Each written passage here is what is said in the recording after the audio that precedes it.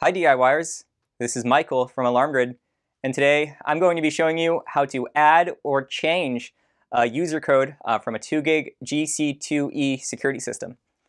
Now the GC2e, like pretty much any security system, it uses codes to confirm that the person who is using the system is authorized. That they know a secret code that allows them to disarm the system and verify that they are who they're supposed to be, and that no one who's not supposed to be using the system is using the system.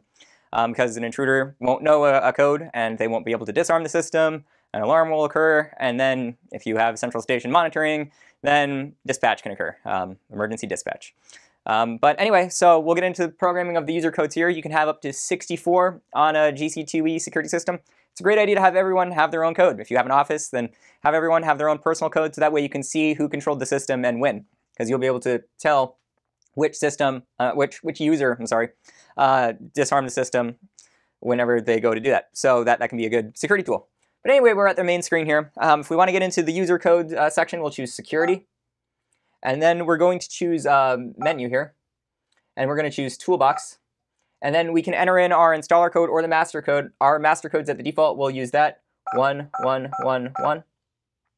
And then we'll go to user management. And this is the screen where we can scroll through the different user slots here. The master code's always programmed to slot 1. It's hard-coded into slot 1. You're not going to see the installer code here. That's actually changed in programming, and you need the installer code to access programming to change that code. And we recommend keeping our installer code at the default of 1561, just for reference. The master code you will want to change, but we'll leave that alone here. In our case, we're just going to play with other user slots, but I do want to show you, if you go down, you see that user slot 8 is the duress user. If you program a duress code and then you enter that duress code, it's going to look like your system's disarmed. It's going to look normal, but in actuality, it's going to send a secret signal to the central station, assuming that your system's monitored, and they'll know to send help right away in that case. But you really want to be careful of that code, because once you enter the duress code, there's not really much canceling it. You really only use that in emergency situations. If you're being held hostage, if you're in danger, then you would press that. But you can see all the way, if we go all the way down, we have 64 slots.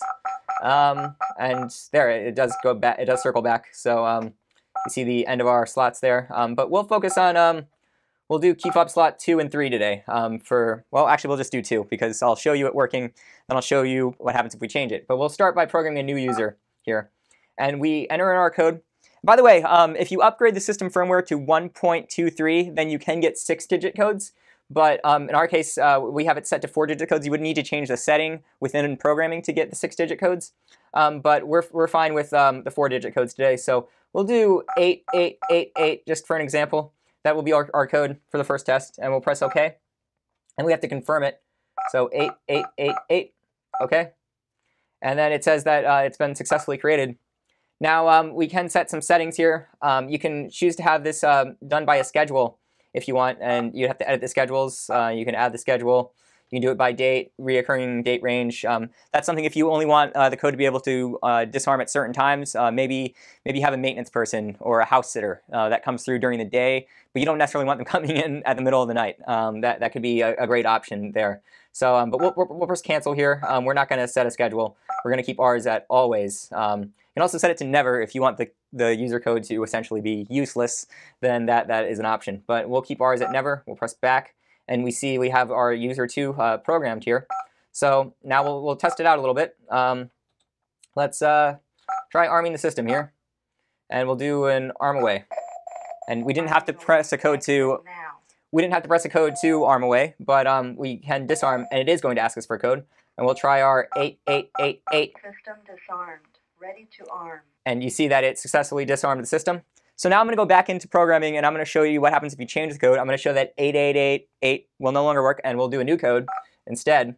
So we'll go into Toolbox, enter our master code, go to User Management, and then we'll go to our key fob slot, and we'll change the pin.